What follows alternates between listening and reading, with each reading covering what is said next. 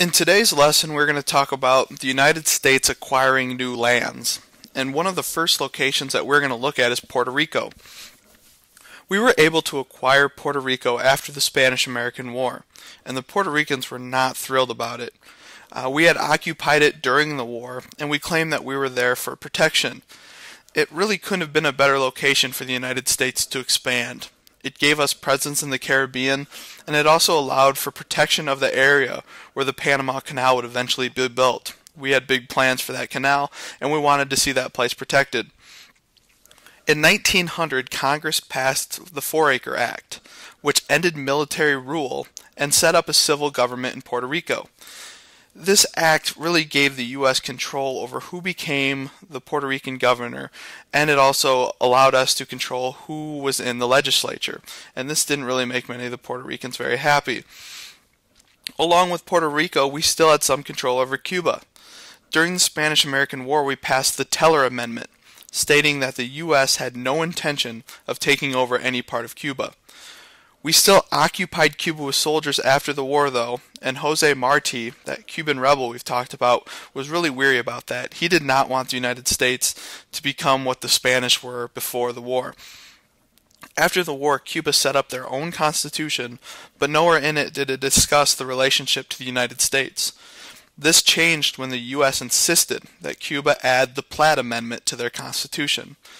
The Platt Amendment had a couple different provisions, and it said that Cuba could not make any treaties that might limit its independence or permit a foreign power to control any part of its territory. The U.S. also said that Cuba could not go into debt, the U.S. reserved the right to intervene in Cuba, and the U.S. could buy or lease land on the island for naval stations and refueling stations. With the Platt Amendment, Cuba became a protectorate of the United States, and a protectorate is a country whose affairs are partially controlled by a stronger power. Along with Cuba and Puerto Rico, we also have the Philippines.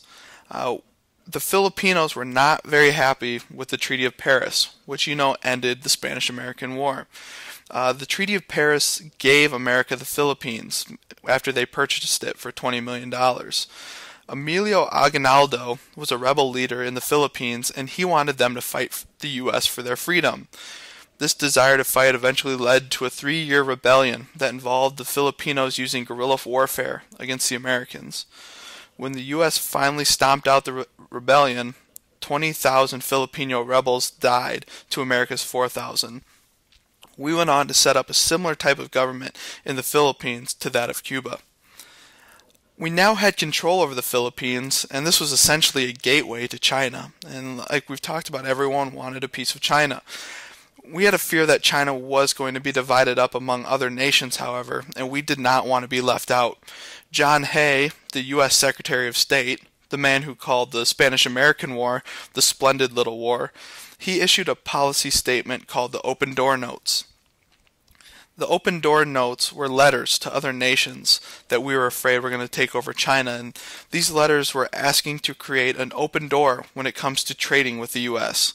We wanted them to essentially share their trading rights with us, and kind of surprisingly, the other nations agreed, although not thrilled about it. And if you've noticed, we haven't talked about any of these locations yet without a rebellion or someone getting upset, and China is no different.